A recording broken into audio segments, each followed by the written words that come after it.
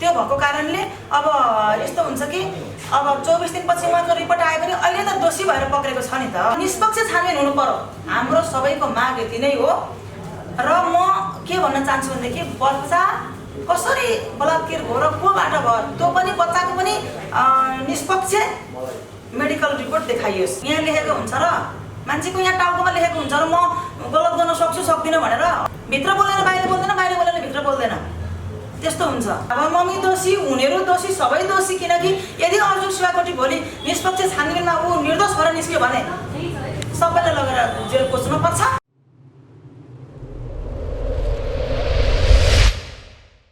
नमस्ते आदरणीय दर्शकबिन्दुहरू, यहाँहरूलाई हाम्रो युट्युब च्यानलमा स्वागत छ। र अहिले हामी माझ हुनुहुन्छ मुना श्रेष्ठ, जो पूर्व रेसलर खेलाडी पनि हुनुहुन्छ। अहिले उहाँ सामाजिक कार्यमा व्यस्त हुनुहुन्छ र उहाँहरूमा धेरै क्यामेराका लेन्सहरू सजिएका छन्। मुनाजी, यहाँलाई हाम्रो छोटो कुराकानीमा हामी स्वागत गर्छौँ। धन्यवाद सम्पूर्ण मिडियाकर्मी साथीहरूलाई। आज हामी यहाँसँग पत्रकार वा युट्युबर अर्जुन शिवाकोटीको विषयमा सम्बन्धित रहेर कुराकानी गर्न गइरहेका छौँ। हजुर, तपाईलाई थाहा छ नि अर्जुन शिवाकोटी अहिले कस्तो अवस्थामा हुनुहुन्छ, के छ भन्ने कुरा? किनकि भनिदिनुहोस् न तपाईँ। उहाँ पक्राउ पर्नु भएको छ। अब बलात्कारको केसमा उहाँ चाहिँ अहिले हिरासतमा हुनुहुन्छ र मैले जति पनि यो 5-6 दिनमा चाहिँ मैले जति पनि यो के हो त भनेर इन्भेस्टिगेट गरे अनुसार मैले हिजो पीडित पक्षलाई नै भेटेँ। पीडित पक्षलाई भेट्दाखेरि मैले एउटा यस्तो लाग्यो कि जस्तो कि म त्यो शब्दमा अलिकति भन्न मलाई अलिकति गाह्रै हुन्छ। किनभने बच्चा एउटा छोरी मान्छे भएको कारणले मैले एउटा उसले चाहिँ सेपरेट राखेर सोद्धाखेरि उनी बलात्कृत भएकै छिन्। बालिका बलात्कृत भएकै हो। अर्जुन शिवाकोटीले बालिकालाई बलात्कार गरेकै हो। अब अर्जुन शिवाकोटीकै नाम छ, अब उहाँले नै हुनसक्छ, किनकि अब उहाँ उछिनु भएको छ नि त। र सत्य तथ्य के हो त्यो अब सबैले देखिराख्नु भएको छ। तपाईँले बालिकालाई भेट्दाखेरि ठ्याक्कै के भन्नुभयो? मैले बालिकालाई भेटेँ। बालिकालाई भेटेपछि हामी 3 जना बसेर कुरा गरियो। बालिकाले भेट्दाखेरि उहाँले भनेका कुरा एकदम यथार्थ मलाई एकदम यथार्थ मैले लाग्यो। र मैले उहाँको प्राइभेट पार्ट पनि हेरेँ, बच्चाको प्राइभेट पार्ट हेर्दाखेरि र अहिले मेडिकल रिपोर्टले पनि बलात्कार भएको हो भनेर आइसकेको छ रिपोर्ट। र त्यही रिपोर्ट सँगसँगै मैले पनि हेर्दाखेरि, किनभने कहिलेकाहीँ आँखाले देखेको कुरा पनि सत्य हुन्छ क्या, मेडिकलले पनि सत्य बोल्छ। तर मेडिकल भन्दा पनि हामी एउटा म्याच्योर भइसकेका नारी हौँ। र मैले उहाँलाई हेर्दाखेरि हो, उहाँ अगाडि पछाडिबाटै बच्चा बलात्कृत भएको 100% म गर्छु हो पनि, र रिपोर्टले पनि निकालेको छ। तर मलाई यस्तो लाग्यो कि त्यो बच्चा बलात्कार भएको त्यो हेर्दाखेरि एकदम भाव विह्वल छ क्या। त्यो एकदम बोल्नै नसक्ने अवस्था छ क्या। त्यो बच्चा यस्तो छ कि त्यो बच्चाको चाहिँ कङ्काल मात्रै छ क्या अहिले हेर्दाखेरि। 45-46 किलोको बच्चा चाहिँ अहिले अब 24-25 किलो भएको छ। अनि त्यो बच्चालाई चाहिँ अब बच्चाले भनेअनुसार चाहिँ उसको भनाइ पनि एकदम सान्दर्भिक छ, भएकै हो बलात्कार। कतिपटक बलात्कृत हुनुभयो? उसले चाहिँ भनेअनुसार चाहिँ अब कहिले अब हप्तामा, कहिले अब महिनामा 2-3 चोटि होइन। र उसको विचारा त्यो अब 14-15 कहिलेदेखि भन्ने कुरा? 13-14 महिनाबाटै त्यस्तो भएको थियो अरे। अहिलेसम्म चाहिँ किन छोपेर राखिरहेछन् त्यो कुरालाई चाहिँ? धम्की एकदम धम्की दिने अरे होइन, मार्छु भन्ने। तपाईँहरूले पनि त्यो त सुनि नै राख्नु भएको छ। अस्ति ऋषि धमला सरको इन्टरभ्यूमा पनि उहाँहरूले भन्नुभएको छ। उहाँहरूले जस्तो त्यहाँ भन्नुभयो, मलाई पनि त्यही भन्नुभयो, धम्की दिने, अनि त्यस पछाडि मार्छु भन्ने, अनि बच्चाहरूलाई चाहिँ एकदम तेरो बाबुमा मलाई मार्छु भन्ने। अब त्यो भिडियोहरू पनि मैले हेरेँ, भिडियो पनि छ उहाँहरूसित र रेकर्डिङ पनि छ। अर्जुन शिवाकोटीले बार मार्छु, बलात्कार गरेर मार्छु, यो गर्छु त्यो गर्छु भनेको उहाँहरूसँग रेकर्डिङ यथावत छ र भिडियो पनि छ। भिडियोमा पनि मैले हेरेँ। यो सबै हेर्दाखेरि एकदमै अन्याय चाहिँ छ, 100% अन्याय छ बच्चाको परिवार प्रति र बच्चाप्रति। तर अर्जुन शिवाकोटीको श्रीमतीले त त्यो होइन भनेर बाहिर कुरा छ। अर्जुन शिवाकोटी सरको श्रीमतीले होइन भन्नु त अब एउटा स्वाभाविकै हो। किनभने एउटा श्रीमान जेल पर्छ भने एउटा श्रीमतीले होइन भन्न सकिँदैन। एउटा महिलाको पीडा पनि छुट्टै हुन्छ र? छुट्टै हुन्छ नि, किन हुँदैन? किनभने एउटा बच्चा बलात्कार भएको छ भने त्यो आमाको पीडा फरकै हुन्छ भने उसको श्रीमान बलात्कारको केसमा गएको छ र उसलाई फाँसीको सजाय हुँदैछ भने उसलाई त पीडा अर्कै पीडा छ नि त उसको बच्चाको पीडा छ भने केसलाई फाँसीको सजाय हुँदैन उहाँलाई चाहिँ 16 वर्ष 18 वर्ष 20 वर्ष जन्म गरेछ अहिलेसम्म हाम्रो देशमा फाँसीको सजाय छैन यो कुरा सञ्जालमा चाहिँ अब फाँसीको सजाय होस् भनेर माग गरिएको छ त्यो त फेसबुकमा त विभिन्न किसिमका अभियन्ताहरू आफै वकिल आफै अदालत आफै न्यायालय भनेर पनि उहाँहरूले त फैसला गरिसक्नु भएको छ फैसला गरिसक्नु तर उहाँ त अहिले हिरासतमा हुनुहुन्छ उहाँ त अहिले उहाँ अपराधी हो कि होइन भनेर सरकारले उहाँलाई छानबिन गरिरहेको छ कसरी चाहिँ अहिले सामाजिक अभियन्ताहरूले फैसला गर्न सक्नुहुन्छ फेसबुक मार्फत अब त्यही त छ त कमी कमजोरी क्या यहाँनेरि कागले कान लगो भनेर कागको पछाडि दौडिने धेरैजना छन् बुझ्नुभयो नि धेरैजना तपाईँ आफैले चाहिँ किन कान नसमात्नु हो म कान समात्दिनँ किनकि म नेपालमा छु फाँसीको सजाय हुन्छ भनेर त भन्नुभयो नि त तपाईँले भर्खरै सुन्नुहोस् म नेपालमा छु म न्यायको ढोकामा जान सक्ने ठाउँमा छु र म पीडित पक्षलाई भेट्न सक्ने ठाउँमा छु नि म विदेशमा भएको भए सायद म फेसबुकमा हरेक शब्दले रङ्गाउँथेँ होला लहै लहै यसलाई मार्नै पर्छ काट्नै पर्छ भनेर म रङ्गाउँथेँ होला तर मैले मेरो फेसबुकको वालमा मैले किन रङ्गाइनँ म सत्य तथ्य बुझ्छु हेर्छु पीडित पक्ष सबै पक्षलाई भेट्छु र हिजो बेलुकाको उहाँको श्रीमतीको इन्टरभ्यू पनि हेरेँ मलाई एकदम पीडा भयो त्यो हेर्दा पनि र बुवाको कुरा सुन्दा पनि पीडा भयो एउटा सम्पत्तिको नियममा पनि यो केस मुछिएको छ र उहाँहरूको एउटा आफन्त पारिवारिक सम्बन्ध पनि छँदैछ त्यो हामीलाई मतलब भएन तर ऋषि धमालोको कार्यक्रममा त उहाँले मेरो पारिवारिक सम्बन्ध छ उहाँ मेरो नाताले साली भिनाजु पढ्छु भन्ने कुराहरू त हामीले सुनेनौँ उहाँले त 4 वर्ष 5 वर्ष पहिला मात्रै भेट भएको भन्नुभएको छ त्यो पनि बिजनेसको सिलसिलामा त्यो होइन त्यो बारेमा चाहिँ तपाईँले कुरा गर्नु भएन हजुर त्यो बारेमा कुरा गरेँ त्यो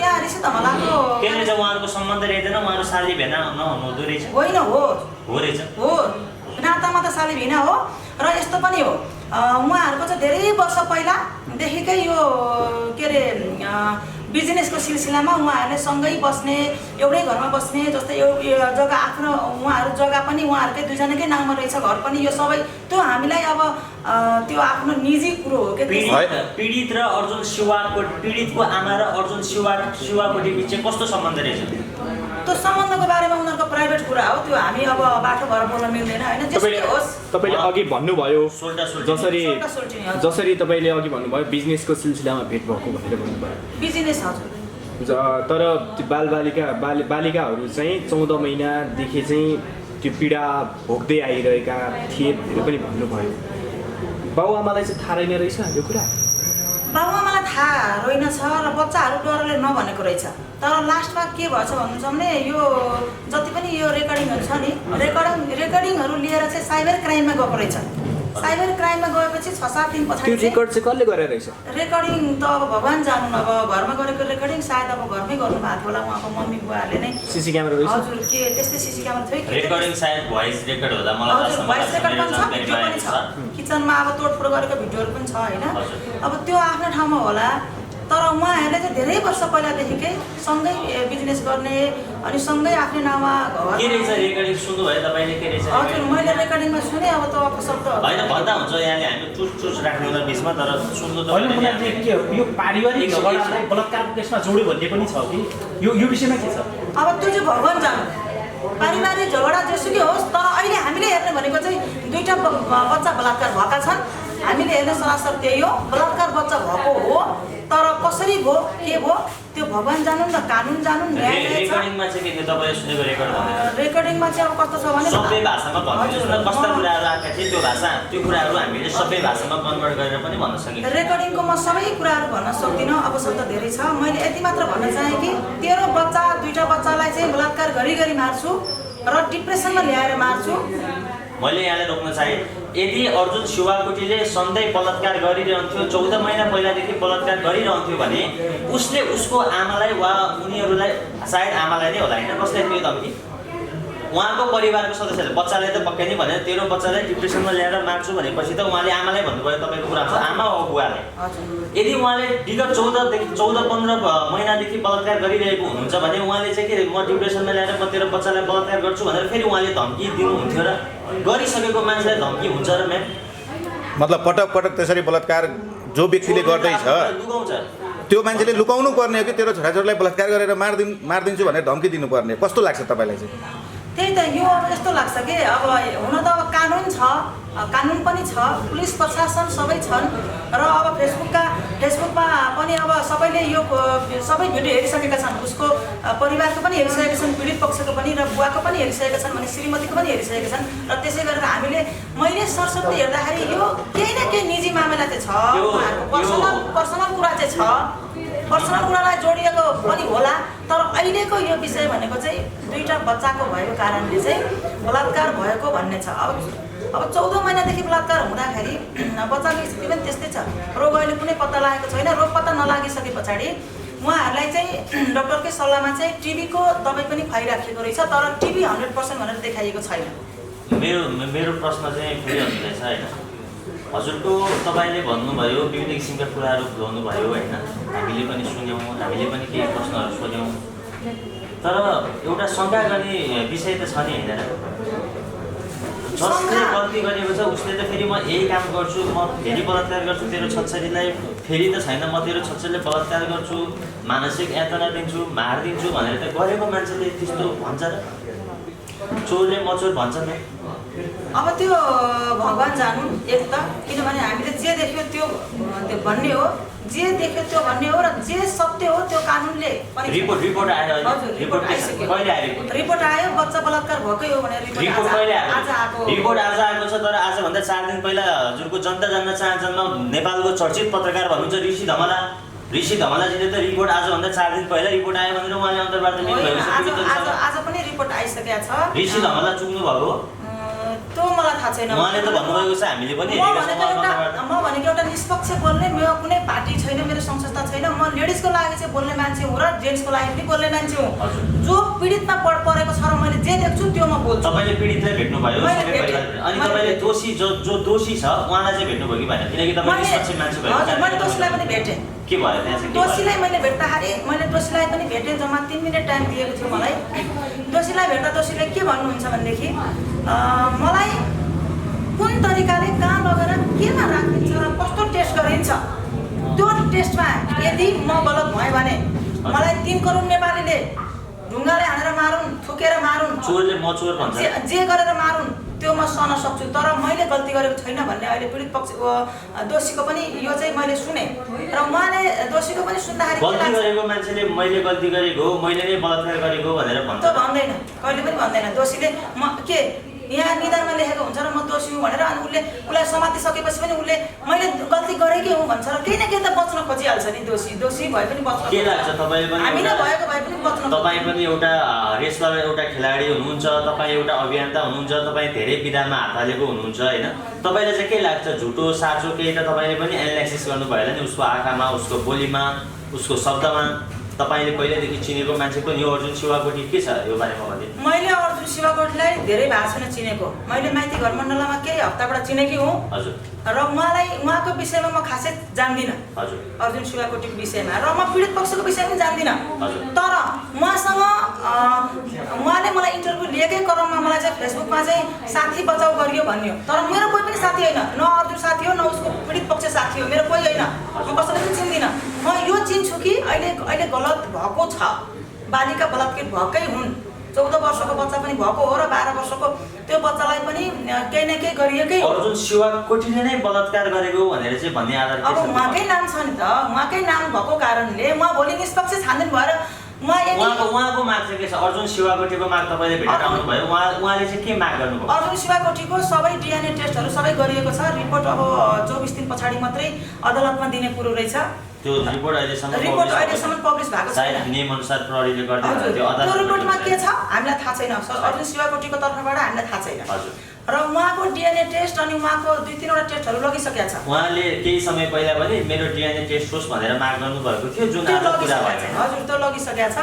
र अब कुरो के रह्यो भन्नुहुन्छ भने उहाँ यदि म दोषी होइन नै भन्नुहुन्छ भने अर्जुन शिवाकोटी त्यो त भनेर हुन्छ र म्याम, भनेर हुन्छ होइन, यदि उहाँले अहिलेसम्म त भन्नुभएको छ नि त म दोषी होइन भनेर, यदि दोषी होइन भन्नुहुन्छ भनेदेखि त्यो सत्य बोल्ने मेसिन ल्याइयोस्, त्यसो भए तपाईले अर्जुनलाई पनि त्यो मेसिनमा राख्योस् र त्यो बालिकालाई पनि त्यो मेसिनमा राख्योस्। सत्य बोल्ने मेसिन नेपालमा छ?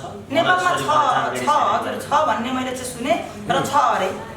त्यो मिसिन छ अरे, त्यो मिसमा राखेपछि दोषीको भनेर चाहिँ ठहरिन्छ अरे। त्यसकारण यदि उहाँ दोषी होइन नै भन्नुहुन्छ भनेर कानुनले पनि मलाई फैसला गर्न सक्दैन भनेर पुलिस प्रशासनले पनि फैसला गर्न सक्दैन भने त्यो मिसिन मिलाएर राखियोस्। पुरै ठिक छ। सत्य, पुरो छ असत्य। त्यसो भए यदि डिएनए टेस्टमा अर्जुन शिवाकोटी निष्पक्ष रहेछ, उहाँले चाहिँ दोष गर्नु भएन रहेछ भने चाहिँ के हुन्छ? त्यस्तो रहेछ भने त अब दोषीले कारबाही, हाम्रो कारबाही माग पनि हुन्छ र कानुनले पनि दोषीलाई कारबाही गर्नैपर्छ, छोड्ने कुरो हुँदैन। दोषी भनेको दोषी त्यो 13 वर्ष 14 वर्षको बच्चाहरूलाई कसरी कारबाही गर्ने म्याम? उनीहरू दोषी कि उनीहरूको बाबा मम्मी दोषी? बाबा मम्मी दोषी, उनीहरू दोषी, सबै दोषी। किनकि यदि अर्जुन शिवाकोटी भोलि निष्पक्ष छानबिनमा ऊ निर्दोष भएर निस्क्यो भने सबैलाई लगेर जेल पस्नु पर्छ। यदि अर्जुन शिवाकोटी फेरि दोषी देखियो भने उसलाई हदैसम्मको कारबाही गरिनुपर्छ र आजीवन जेल सजाय हुनुपर्छ। मेरो प्रश्न कहाँनिर हो भने तपाईँ आफैले भन्नुभएको छ ती बालिकाहरू बलात्कृत भएका हुन्, भएका छन्। तर अर्जुन शिवाकोटीको डिएनए टेस्टको रिपोर्ट अझै पनि आएको छैन, अझै पनि अदालतले फैसला गरेको छैन कि अर्जुन शिवाकोटी दोषी हुन् भने पछाडि दोषी को त? बलात्कृत भएकै हुन्, तपाईँले भन्नुभयो अर्जुन शिवाकोटी नै हुन् दोषी, को चाहिँ दोषी त? अर्जुन शिवाकोटी दोषी हुन् या होइनन् भन्ने 24 दिन पछाडि थाहा हुन्छ, किनभने उसको तर्फबाट त मेडिकल रिपोर्ट सो गरेको छैन नि। तर यताबाट मेडिकल रिपोर्ट हेर्दाखेरि यतापट्टि त बलात्कार भएकै हो बच्चा। त्यसो भए तपाईँले भन्न सक्नु पऱ्यो नि त अर्जुन शिवाकोटीको जुन डिएनए टेस्ट छ त्यो चाहिँ निष्पक्ष रूपमा आओस्, त्यसमा चाहिँ कुनै पनि राजनीतिकरण नहोस् भनेर भन्न सक्नु पऱ्यो नि त। म किन भन्दिनँ, अर्जुन शिवाकोटीको पनि जति पनि रिपोर्टहरू छ त्यो पनि निष्पक्ष तरिकाले जस्तो आएको छ रिपोर्ट त्यस्तै देखाइयोस् र यता बच्चाको पनि जस्तो रिपोर्ट छ त्यस्तै देखाइयोस्, कसैलाई पनि यहाँ अन्याय नहोस्। तर तपाईँले अहिले नै त अर्जुन शिवाकोटी दोषी भन्न त मिल्दैन नि। मैले भनेको छैन। अब उहाँलाई अब दोषी भनेर लगिएको छ, त्यो भएको कारणले अब यस्तो हुन्छ कि अब 24 दिनपछि उहाँको रिपोर्ट आयो भने अहिले त दोषी भएर पक्रेको छ नि त। त्यसो भए मलाई पक्रियो भने तपाईँले पक्रियो भने दोषी भनिदिइहाल्ने। त्यो अब निर्णय नहुँदा त अब दोषी नै छ त। फाँसी अब फाँसी लगा भनेर अब फाँसीको सजाय नहुँदा पनि यहाँ कानुन नहुँदा पनि फाँसी हुनैपर्छ भनेर हजारौँ उठेका छन्। अब 24 दिन पछाडि जे आउला त्यही होला। तपाईँ चाहिँ किन उफ्रिनु भएको? म उफ्रेको छैन। किन? म कसरी उफ्रेको छु? म 6 दिनसम्म 7 दिनसम्म मौन छु। मलाई किन बोलिनस् भनेर प्रश्न सोध्नेहरू धेरै छन्। अर्जुन शिवाकोटी हिरासतमा पो बसेको हुन्, दोषी त होइनन् नि, अझै पनि अदालतले फैसला नगर्दासम्म दोषी नै भनेर लगिएको छ नि। छानबिन गर्न पनि लैजान पाउँछ नि त। दोषी हो कि होइन भन्ने कानुनले अझै बताउन बाँकी छ, उसको मेडिकल रिपोर्ट सो गर्ने बाँकी छ। दोषी भएर लगो होइन कि उहाँलाई चाहिँ एउटा अनुसन्धानमा गल्ती गरेको हो कि होइन भन्ने, दोषी हो या होइन पत्ता लगाउनको लागि चाहिँ लगेको। त्यो लगिएको हो दोषी यदि उहाँ दोषी हो भने उहाँलाई काडा गर्नुहुन्छ म्याम हिरासत कसरी? त्यही त हिरासतमै हुनुहुन्छ त। 24 दिन पछाडि केही होला नि त, उहाँको पनि रिपोर्ट आउला नि त। म यही भन्दैछु, उहाँ दोषी भए पनि नभए पनि दोषी यता पीडित पक्षका हुन् अथवा के अरे अर्जुन शिवाकोटी हुन्, तर निष्पक्ष छानबिन हुनु पर्यो। हाम्रो सबैको माग यति नै हो। र म के भन्न चाहन्छु भनेदेखि बच्चा कसरी बलात्कार भयो र कोबाट भयो त्यो पनि बच्चाको पनि निष्पक्ष मेडिकल रिपोर्ट देखाइयोस्, पब्लिक गरियोस्, हामी पनि देख्न पाऊँ। यसमा कोही पनि घुसपिट नहोस्, कानुनलाई हातमा लिन कसैले पनि नखोजियोस्। एउटा बच्चा बलात्कार भइसक्यो भनेपछि यसले बलात्कार गर्नु भन्ने त बच्चालाई थाहा हुन्छ नि। बच्चाले झुट बोल्छ। बच्चाले अर्जुन शिवाकोटीले नै अङ्कलले नै गर्नुभएको भनेर बच्चाले त भनिदिइरहेको छ। अर्जुन शिवाकोटी दोषी नै देखिन्छ, तर उहाँको मेडिकल रिपोर्ट आउन बाँकी छ नि त। तपाईँले यसो सँगै सङ्गत गर्नुभएको अर्जुन शिवाकोटीको चरित्र हेर्दा चाहिँ उहाँले बलात्कार गर्न सक्ने चरित्र देख्नु भएको छ? यहाँ लेखेको हुन्छ र मान्छेको यहाँ टाउकोमा लेखेको हुन्छ र म गलत गर्न सक्छु सक्दिनँ भनेर। अर्जुन शिवाकोटीलाई म चिन्दिनँ धेरै। मैले उहाँलाई चिनेको त्यही माइती घर मण्डलमा 1 हप्ता 10 दिन त्यति नै भएको थियो। उहाँसँग मेरो खासै कुरा पनि हुँदैन थियो। अन्त दोषीले म दोषी भन्छ र भित्र बोलेर बाहिर बोल्दैन, बाहिर बोलेर भित्र बोल्दैन, त्यस्तो हुन्छ। उहाँले दोषी गर्नुभएको छ कि छैन त्यो त कानुन छँदैछ नि। हस्, तपाईँलाई तपाईँको समयको लागि धन्यवाद। र हामी पनि के माग गर्छौँ भन्दा हामी सम्पूर्ण मिडियाकर्मीहरू पनि के माग गर्छौँ भन्दा यदि अर्जुन शिवाकोटी दोषी हुन् भने उनलाई हदैसम्मको कारबाही होस्। यदि उहाँले अपराध गर्नुभएको छैन भने निर्दोष नफसोस् भन्ने पनि हामी चाहन्छौँ। र मैले पनि उहाँको बुबा त्यसपछि उहाँको श्रीमतीसँग अन्तर्वार्ता लिएको छु र जसमा चाहिँ धेरैले चाहिँ पछाडि आवाजबाट सिकाएर भन्न सिकाइयो भन्ने जस्ता विभिन्न किसिमका कमेन्टहरू चाहिँ मैले देखेको छु केही च्यानलहरूमा। र त्यो होइन, त्यो चाहिँ हामीहरूले क्वेसन गर्दा पत्रकार साथीहरूले यो पनि सोधौँ ऊ पनि सोधौँ भन्ने कुराहरूको आवाज हो। यो पनि यदि यहाँलाई डाउट लाग्छ भने यहाँहरूले सुन्न सक्नुहुन्छ, हेर्न सक्नुहुन्छ भन्दै तपाईँको समयको लागि तपाईँलाई धन्यवाद दिन चाहन्छु। हस् त, नमस्कार।